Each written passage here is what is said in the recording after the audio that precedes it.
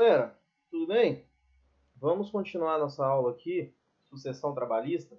Nós havíamos começado o roteirinho número 6, ido até a metade dele, né? Nós já falamos o que é uma sucessão trabalhista, quais são os requisitos que a caracterizam, vimos as situações das nomenclaturas, natureza jurídica e também falamos sobre as consequências, né? O sucessor que assume tudo, tanto dívidas quanto lucros, o sucedido que acaba ele acaba não ficando com responsabilidade nenhuma, né? Se eximindo de responsabilidades, tendo aquelas três exceções que nós já comentamos, e o empregado que não tem nenhum tipo de efeito, né, em relação ao contrato dele. Inclusive, a gente viu que nem precisa de dar baixa na carteira pelo sucedido e anotar outra pelo sucessor, porque a gente usa aí a questão da continuidade. A gente viu que o contrato é o mesmo, ele permanece, portanto não pode ser alterado, a não ser que seja para melhorar a situação do empregado. Tudo isso nós comentamos no vídeo passado, né, que nós falamos sobre o início desse roteiro. Agora, neste vídeo, eu quero comentar com vocês algumas situações bem específicas que, apesar de não serem exatamente uma sucessão trabalhista, nem todas são, parecem bastante e acabam que as consequências elas foram medidas aí pelo TST de uma maneira, até na falta de legislação inclusive, de uma maneira, de certa forma, até coerente. E aí eu quero começar a falar com vocês do caso da sucessão trabalhista na falência, certo? E aí eu vou precisar de entrar em alguns conceitos de direito empresarial com vocês, e eu vou falar isso de forma muito rasa, tá? Mais para vocês entenderem a ideia mesmo. A questão da falência é a seguinte: uma empresa ela entra em falência quando ela deve mais do que tem. Isso não é novidade para ninguém. Mas além de dever mais do que tem pessoas que conseguem, devendo mais do que tem, do que ganham, né, elas conseguem parcelar, fazer um acordo, alguma coisa assim, e acaba pagando. A falência é aquele caso que a pessoa não tem jeito mesmo. Pode tentar fazer tudo que é tipo de acordo, o que quiser, não vai dar certo. Deve muito mais do que ganha e isso não vai se modificar. Então, a empresa foi considerada falida nesse caso. E aí tem todo um trâmite para declarar falência, tem uma vara especializada de falências, né, que é da justiça comum, inclusive.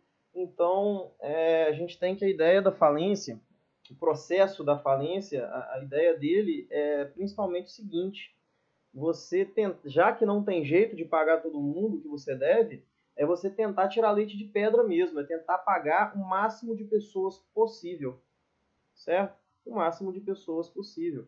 Então, se você tem, sei lá, 9 mil e está devendo 10 mil, é para você tentar pagar esses 9 mil para o máximo de pessoas possível e numa ordem que a lei traz de pagamentos, tá? Uma ordem de preferência.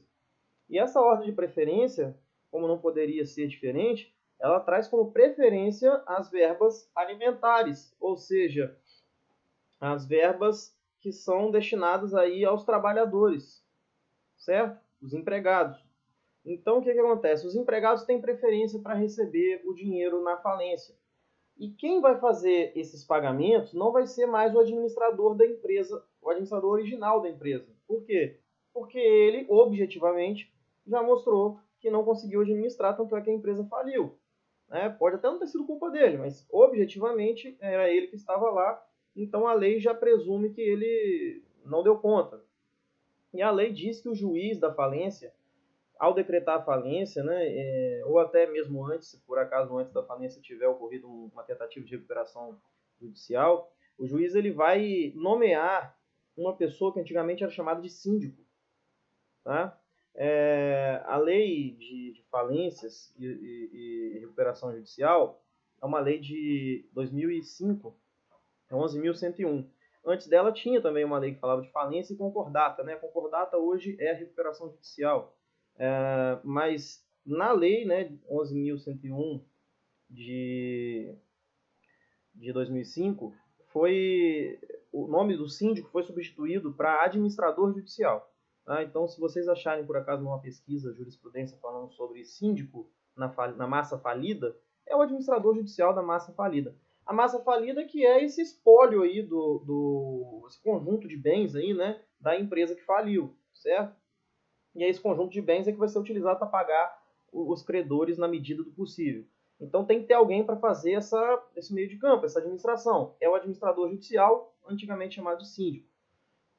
Esse administrador judicial ele vai tomar várias medidas, né, que ele entender cabíveis, todas, obviamente, têm que estar permitidas por lei, ou pelo menos não vedadas, né? E aí ele vai ter que tomar as medidas e vai ter que fazer os pagamentos na ordem que a lei determina, sendo que essa primeira prateleira aí de pagamentos é dos empregados. Tudo bem? Eu até comentei isso com vocês já no vídeo do roteiro 5, para falar de desconsideração. Mas o que acontece na falência? Às vezes, para o administrador judicial conseguir tirar mais dinheiro para pagar mais gente, ele acaba fechando uma filial aqui, deixa uma outra que dá mais lucro aberta por mais um tempo. Ele toma várias atitudes. Uma dessas atitudes, muitas vezes, é a alienação da empresa ou de parte da empresa, certo? Se eu não me engano, aconteceu isso de uma empresa que faliu de aviação há pouco tempo agora, que ela tinha um hotel lá no Amazonas, não sei o quê, e esse hotel foi alienado judicialmente no processo de falência. Acho que é a Avianca, não sei, não lembro o nome da empresa aérea, agora me deu branco, né? Vocês devem saber com certeza que tem pouquíssimo tempo. Mas enfim, ela tinha um hotel, acho lá no Amazonas, e esse hotel foi alienado no processo de falência. Né? E aí o que acontece? Se vocês lembrarem qual é a condição de uma sucessão trabalhista, é que o sucessor, a pessoa que compra, ele assume todas as dívidas do sucedido. Então, se você tiver em mente o seguinte, que um dos meios de o administrador judicial pagar a maioria das pessoas é fazendo a alienação de parte ou da própria empresa inteira, quem é que vai querer comprar? Porque se coloque no lugar do comprador. Você vai querer comprar uma empresa que vale 100 mil, mas na verdade ela vem junto com ela uma dívida de 1 milhão. Você não vai querer fazer isso, né? Então, para evitar que haja uma inviabilidade e alienação na falência, a lei de falências, tá? Eu até coloquei o artigo aí no material de vocês, a própria lei de falências, ela diz no artigo 141, especialmente inciso 2, parágrafo 2º, né, que na alienação conjunta ou separada de ativos, inclusive da empresa ou de suas filiais, promovida sob qualquer das modalidades de que trata este artigo, o objeto de alienação estará livre de qualquer ônus, e não haverá sucessão do arremate das obrigações do devedor, inclusive de natureza tributária, derivadas de legislação do trabalho e decorrentes de acidente de trabalho. Quer dizer, exclui expressamente a possibilidade de caracterização de uma sucessão trabalhista. Por quê? Porque se fosse caracterizar a sucessão trabalhista, ninguém queria comprar. Então, qual é o efeito disso? Olha o parágrafo 2º. Empregados do devedor, né, da massa falida no caso, contratados pelo arrematante, serão admitidos mediante novos contratos de trabalho e o arrematante não responde por obrigações decorrentes do contrato anterior. Quer dizer, toda aquela situação que acontece na sucessão trabalhista, de você adquirir a empresa com todos os ônus e bônus, adquirir os contratos de emprego e não poder mudá-los para pior, tudo isso cai por terra na falência, porque é como se você estivesse comprando uma empresa do zero e montando do zero. Então, naquele caso do hotel lá do Amazonas, por exemplo, eu acho que é Amazonas, né? Se a alienação aconteceu no processo de falência, o comprador que comprou o hotel, ele pode manter todos os funcionários, só que são novos contratos, ao contrário do que aconteceria se fosse realmente uma sucessão trabalhista legítima, né? Então, o que acontece? São novos contratos, ele pode contratar com salário menor, com jornada maior, com situações inferiores às antigas, não tem problema nenhum, né? Desde que ele não, obviamente, não descumpra a lei, não tem problema nenhum, certo? Então, é um caso que, de fato, é uma sucessão. De fato. Mas de direito não é. Porque se fosse, ninguém compraria. Tá? Então, a lei aqui, na verdade, ela derrogou os artigos da CLT que falam sobre sucessão trabalhista. E, para quem não lembra, derrogar é quando você não revoga por inteiro, né? Quando você não exclui do ordenamento jurídico por inteiro. Ela derrogou por quê? Porque os artigos continuam vigentes da CLT. Mas quando se falar em falência, eles não valem. Certo? Então, eles foram derrogados aí pela lei de falência e recuperação judicial nesse sentido. Tá? Quando o administrador judicial estiver tentando alienar bens, ativos, ou até mesmo filial, qualquer unidade autônoma, né, que represente uma empresa, isso não vai configurar sucessão trabalhista. Por mais que, assim, se enquadre em todos os conceitos, se enquadre em todas as situações, de fato por mais que seja, não vai ser considerada por esse motivo, senão ninguém compra. Certo? Então, essa é uma exceção da sucessão trabalhista que a gente pode trazer.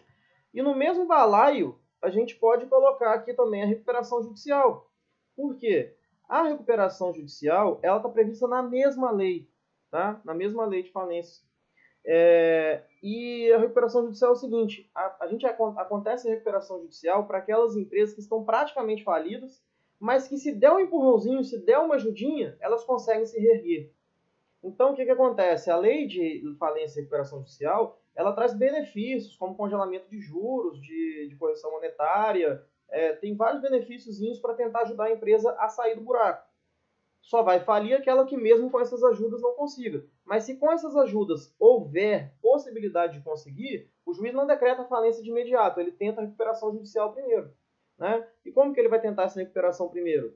Usando o administrador atual da empresa? Não, ele vai também nomear um síndico, né? O atualmente chamado administrador judicial. Daí, quando ele nomeia esse administrador judicial, ele tem os mesmos poderes, basicamente, que ele teria na falência, né? Ele pode também alienar parte da empresa, ou até mesmo uma unidade econômica que seja também uma empresa, ele pode fazer isso. E se ele fizer, a lei de falência e recuperação judicial fala a mesma coisa que fala em relação à falência. Se ele fizer isso na recuperação judicial, ele também vai gerar uma situação nova, não será uma sucessão trabalhista. De fato vai ser. No mundo real, você olha assim, pô, se enquadra. Mas, por ser recuperação judicial, não vai ser. Porque se eu disser que ninguém vai querer comprar. É a mesma lógica. Beleza? Porque a empresa de recuperação judicial não está falida, mas já está devendo pra caramba. Né? Então aqui, se a gente vê pelo artigo 60, se o plano de recuperação judicial aprovado envolver alienação judicial de filiais ou de unidades produtivas isoladas do devedor, o juiz ordenará sua realização observado o disposto no 142, né, que a gente viu ali em cima. Observada a ideia de que não haverá sucessão. O objeto da alienação estará livre de qualquer ônus e não haverá sucessão da rematante nas obrigações do devedor, inclusive de natureza tributária, observado para 1º do 141 desta lei, que vai fazer remissão também em situações trabalhistas. Então, assim, deu para perceber que tanto no caso da recuperação judicial e no caso da falência, por mais que a gente veja no mundo real uma sucessão acontecendo, ela não vai ser considerada sucessão trabalhista para efeitos da aplicação da CLT, porque senão ninguém compraria, certo? Então essa que é a ideia. Bom, continuando. Outra situação que não é uma sucessão trabalhista, mas que se assemelha bastante com uma, é a questão de desmembramento de ente público. Parece muito com a cisão empresarial. O que é a cisão empresarial? Você tem uma empresa gigante, vários sócios, aí de repente os sócios brigam ou se dividem e eles vão lá e se separam em 2, 3 empresas, por exemplo. Isso é comum de acontecer. Né? Isso é um tipo de sucessão trabalhista, porque aí mudam os donos, muda a conjectura da empresa, mas os contratos de quem ficou em cada uma não vai mudar nada, né? Eles vão ter todos os efeitos da sucessão trabalhista normalmente. Mas isso em empresas e em municípios. Né? Lembra do conceito de empresa? Empresa é atividade econômica organizada para a produção e circulação de bens e serviços. Né? Município não é atividade econômica. Né? Município é um ente público da federação, né? Um ente autônomo. Então, assim, o município não pode ser comparado a uma empresa, até porque ele nem tem a liberdade vamos dizer assim, de usar o dinheiro dele de qualquer maneira, ele tem que seguir trâmites legais. Então, quando você tem um município grande se dividindo em mais de um, como aconteceu aqui em Linhares, por exemplo, Soretama, né? Acho que é Coporanga também, não sei, né? Antigamente, pouco tempo atrás, na década de 90, 2000 ali, a gente teve bastante municípios se dividindo, né? Criando mais de um. Então, imagine, por exemplo, Linhares e Soretama. Antes tudo era um Linhares grandão. Aí você pegou um pedaço desse Linhares grandão e fez uma cisão ali, né? Fez um desmembramento. E aí você criou o município de Soretama. Só que o município de Linhares que ficou, ele já tinha toda uma estrutura municipal. O novo município de Soretama não tinha estrutura nenhuma. Então ele precisava fazer concurso, precisava fazer eleição, precisava fazer um monte de coisa para ele realmente, né, se tornar de fato e de direito um município. Enquanto ele não faz isso, né, o que ele pode fazer? Né? pode pegar pessoas emprestadas de outros entes e tudo mais, e pode até fazer o seguinte, pegar pessoas que eram concursadas no antigo município de Linhares e transformá-los agora em servidores no município de Soretama, né? Só que o que acontece? Nesse caso, não parece muito uma sucessão trabalhista? O cara era empregado, vamos supor, né, nessa brincadeira toda que eu estou falando com vocês, que Linhares fosse um município seletista, tá? Para fazer sentido. Mas, enfim, aí vamos supor que Linhares tenha ficado sem esse servidor trabalhou para Linhares? Trabalhou, até a data, né, do desmembramento. Do desmembramento para frente, ele não é mais empregado de Linhares, ele passa a ser empregado de Soretama, certo? Empregado público. E aí o que acontece? Se a gente fosse usar a regra da sucessão trabalhista, Soretama ia assumir esse contrato de emprego desse servidor com tudo que ele tinha, inclusive dívidas eventuais que Linhares não tivesse pagado. Só que a gente sabe que existe, no direito administrativo, várias regras, né, de lei orçamentária, de previsão orçamentária, que não permitem você assumir essa dívida que não foi sua, que não estava prevista anteriormente, né? Então, o que acontece? Não dá para você usar a ideia da sucessão trabalhista num desmembramento de município. O que vai acontecer de fato é o seguinte, o TST, na minha opinião, corretamente, ele simplesmente entendeu que nos casos de desmembramento de município é cada um no seu quadrado. Enquanto aquele cara foi empregado de Linhares, tudo que devia para ele não pagou, vai continuar responsável. Da data do desmembramento, do momento que ele virou empregado de Soretama para frente, Soretama assume as responsabilidades. Quer dizer, neste caso, o, entre aspas, sucessor, que é Soretama, só vai responder por aquilo que acontecer dali para frente. Né? Enquanto o, entre aspas, sucedido, que é Linhares, vai responder do que aconteceu quando ele era servidor de Linhares, ou seja, do desmembramento para trás. Certo? É isso que está aqui na orientação jurisprudencial número 92, da SDI 1 do TST, que diz assim: em caso de criação de novo município, por desmembramento, cada uma das novas entidades responsabiliza-se pelos direitos trabalhistas do empregado no período em que figurarem como real empregador. Ou seja, é cada um no seu quadrado, né? Cada um vai se responsabilizar pelo seu tempo de serviço. Né? Enquanto ele estava prestando serviço para Linhares, fica por conta de Linhares. Enquanto ele passou a prestar serviço para Soretama, vai ficar por conta de Soretama. Beleza? No nosso exemplo hipotético aqui. Bom, para finalizar a nossa aula de hoje, talvez esse seja o caso um pouco mais confuso que a gente tem em sucessão trabalhista. Né? Eu considero essa matéria de sucessão trabalhista um tanto quanto fácil de assimilar, né? E eu acho que essa questão aqui que nós vamos comentar agora é um pouquinho mais confusa, então eu vou tentar falar de uma forma bem clara para vocês, que é o seguinte: a sucessão trabalhista, como a gente viu, faz com que o sucessor assuma todas as responsabilidades da empresa, inclusive as anteriores, né? Beleza. E se vocês lembrarem da aula, do vídeo que a gente falou, né, de grupo econômico, o grupo econômico ele é considerado pelo TST um empregador único. Ou seja, todas as empresas são uma só. Mesmo que tenham CNPJs diferentes, tenham estabelecimentos diferentes, não tem problema. Todas elas são uma pessoa só. É como se fossem várias partes da mesma pessoa. Né? O CNPJ tal é a mão, o CNPJ tal é o pé, e tudo fosse uma pessoa só. Né? A ideia do TST, grupo econômico, é essa. Tanto é que ele pode entrar na execução sem ter participado da parte de conhecimento, né? A empresa do mesmo grupo. Bom, dito isso, se eu digo que todo mundo é um só, imaginem esse caso hipotético. E aí eu vou falar, eu não tenho quadro para escrever, eu vou pedir que vocês anotem enquanto eu falo, porque quando vocês anotam, fica mais fácil, tá? Então, assim, eu diria para vocês fazerem o seguinte, ó. Criem um círculozinho com a empresa A, um outro com a empresa B e um outro com a empresa C. Tudo bem? Imaginem que essas três empresas são donos delas, o A, o B e o C. E os três sejam irmãos, certo? E eles têm claramente um grupo econômico, existe ali uma coordenação entre eles, isso é muito claro, é um grupo econômico, certo? E aí imagina que você é uma pessoa que está querendo comprar uma empresa no Brasil.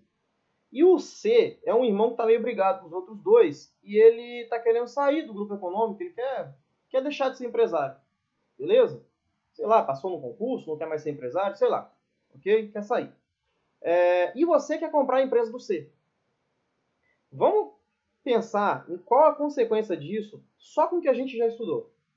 Eu vou comprar a empresa C, que é do grupo econômico ABC. Quando eu compro a empresa C, todas as dívidas de C passam a ser minhas, inclusive as antigas. Só que, se eles são um grupo econômico, eles são um só. Isso significa que se eu comprar C, eu estou comprando as dívidas de C, de B e de A. Mas, Osório, você pode fazer isso, por exemplo, entrando para o grupo econômico. Tudo bem. Mas imagine que você não queira entrar no grupo econômico. Você queira pegar C e separar de A e B. Se você quiser, com tudo que nós estudamos agora, não consegue. Por quê? Porque você vai comprar C, não vai mais ser do grupo econômico, mas tudo que é dívida antiga de C vai ser sua. E antigamente era do grupo econômico. Então as dívidas anteriores vão ser suas também, inclusive as de A e B. Certo? Quer dizer, fica complicado de você comprar empresa no Brasil, né? Primeiro você tem que saber quais são as dívidas todas dela, para saber se você está comprando certo. Segundo, você tem que saber se ela participa de um grupo econômico, porque senão você vai assumir tudo. Então, para tentar facilitar isso e tentar tirar um pouco o receio, o medo dos empresários no Brasil, o TST criou um entendimento diferenciado para a sucessão do grupo econômico. Tá? Como assim um entendimento diferenciado? É exatamente para esse caso que eu acabei de falar. Você quer comprar uma empresa do grupo, mas você não quer continuar no grupo. Certo? Você quer comprar o C, sair dali, deixar só A e B no grupo. Tá? Se você fizer isso, você não vai querer fazer, senão você vai ter que assumir B e A. Pelo menos os antigos você vai ter que assumir. Né? Então fica inviável. Então o TST falou o seguinte, então vamos fazer uma combinação aqui. Para efeitos de sucessão trabalhista, se você comprar uma empresa do grupo econômico e sair desse grupo econômico, ou seja, não participar desse grupo econômico, você só responde pelas dívidas antigas da empresa que você comprou. Antigas, atuais e futuras, lógico. Mas só da empresa que você comprou, ou seja, só de C. Você não fica responsável pelas empresas que você não adquiriu. Ou seja, você não fica responsável nem por A nem por B. Isso o TST falou. E aí o TST pensou o seguinte, mas se eu escrever só isso, se eu falar só isso, eu vou dar aso a muita falcatrua.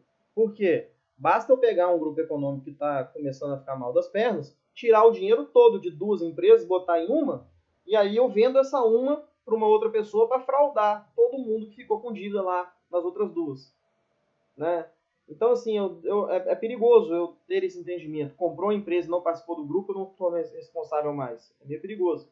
Então, eu vou criar alguns gatilhos aí para ajudar. Então, olha só. Olha o que o TST falou. Você comprando uma empresa do grupo econômico, não se mantendo no grupo, você não responde pelas outras empresas que você não adquiriu. Tá? Porém, se o empregado de uma dessas empresas que você não adquiriu entrar com uma ação e comprovar que na data que você comprou C, por exemplo, o empregado de A, comprovar que na data que você comprou C, A não tinha dinheiro, era insolvente, era inidônea economicamente, você vai ter que responder mesmo assim.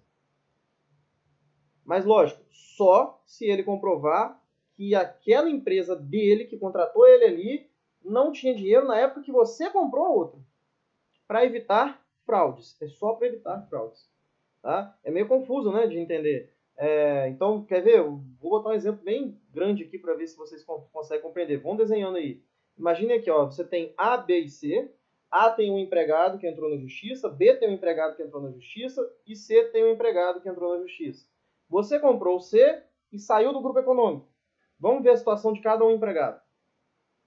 E é sempre importante olhar a data da compra, tá, gente? Quando você comprou o C, o empregado que entrou contra C tinha uma dívida que era do grupo todo. Beleza? Você vai assumir a responsabilidade dessa dívida? Com certeza, você comprou o C, o empregado de C, você assume. Ok? Esse é o mais fácil.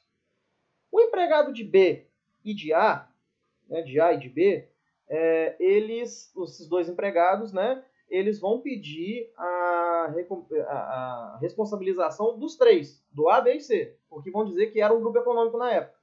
Tá? Só que aí você vai dizer o seguinte, podia até ser, mas quando eu comprei a empresa C, eu saí do grupo, então não respondo nem por A nem por B. Essa é a regra, tá? Só que imagine que na data da compra, a empresa B estivesse mal das pernas, seja, estivesse inidônea economicamente, fosse uma empresa que não estivesse com dinheiro, né? Estivesse quase falida praticamente, tudo mais. Nesse caso, se a empresa B, na época da compra, estava desse jeito, você vai responder pelo empregado que ajuizou contra B. E na data da compra, imagine que A não A estivesse muito bem. Estivesse com muito dinheiro, tudo bem. Só que na data do ajuizamento da ação, sei lá, quando você recebeu a citação, A estava quebrado. Você não responde por A. Por quê? Porque, como eu falei, você vai olhar a data da compra. Na data da compra A estava bem? Estava. Então, o empregado que é vinculado a A, você não deve nada a ele. Tá? E vamos supor que B estivesse muito, muito, muito mal das pernas, inidôneo e tudo mais, e depois melhorou. Não interessa. O que interessa é a data da compra. Você vai responder pelo empregado de B, porque na época ele era inidôneo. Certo? Então, é isso que, em resumo, está na orientação jurisprudencial número 411, que eu coloquei no material de vocês, tá? Lembrando que tudo isso que eu falei, se tiver qualquer comprovação de fraude ou má-fé, você vai responder com todo mundo, óbvio, né? Porque aí volta para aquela regra geral lá do início do vídeo passado, tudo bem? Mas vamos ver aqui se dá para entender pelo exemplo que eu falei com vocês. Ó, a orientação 411. O sucessor, no caso você que está comprando C, não responde solidariamente por débitos trabalhistas de empresa não adquirida, integrante de mesmo grupo econômico da empresa sucedida. Ou seja, você está comprando a empresa sucedida C, né? Você não responde pelas dívidas trabalhistas de B nem de A. Quando a época, que época? A época da compra, a empresa devedora direta, como assim empresa devedora direta? No caso de empregado registrado por A, a empresa devedora direta é A. Empregado registrado por B, empresa devedora direta é B. Quando eu digo de registrado, eu digo carteira de trabalho, notável. Tá? Então, quando a época da compra, a empresa devedora direta era solvente ou idônea economicamente. Quer dizer, é aquilo que eu falei. Você comprando uma empresa do grupo econômico, você comprou o C, você não responde por A e B. Quando, na data da compra, A e B fosse, né, se eles fossem idôneos economicamente. Agora, se um dos dois não for, ou se os dois não fossem idôneos, você responde pelos empregados dos dois ou daquele que não era idôneo. É isso que a orientação está dizendo para a gente. E no fim, ela finaliza voltando para a regra geral, né? Ressalvada a hipótese de má-fé ou fraude na sucessão. Porque se tiver má-fé ou fraude na sucessão, obviamente todo mundo vai responder solidariamente, e aí não tem discussão. Inclusive você que está comprando C, porque você está participando da fraude da má-fé. Beleza? Espero que tenha ficado claro. Eu sei que esse último exemplo é mais complicadinho. Eu gosto de desenhar no quadro, que é mais tranquilo para entender. Mas eu acho que, pelo que eu comentei aqui com vocês, se vocês desenharem, fizerem as bolinhas ali, data da compra e tal, eu acho que dá para entender. Se não der, mandem para mim depois umas mensagens aí, perguntas, tá? Enfim, por hoje eu vou ficando por aqui. Terminamos o roteiro 6, tá? Na semana que vem nós vamos para sucessão trabalhista, perdão, nós vamos para terceirização, tá? Trabalhista, ok? Um abraço, fiquem com Deus, fiquem em paz, que o Senhor os acompanhe. Tomara que essa quarentena acabe logo. Saudade de vocês. Um abraço.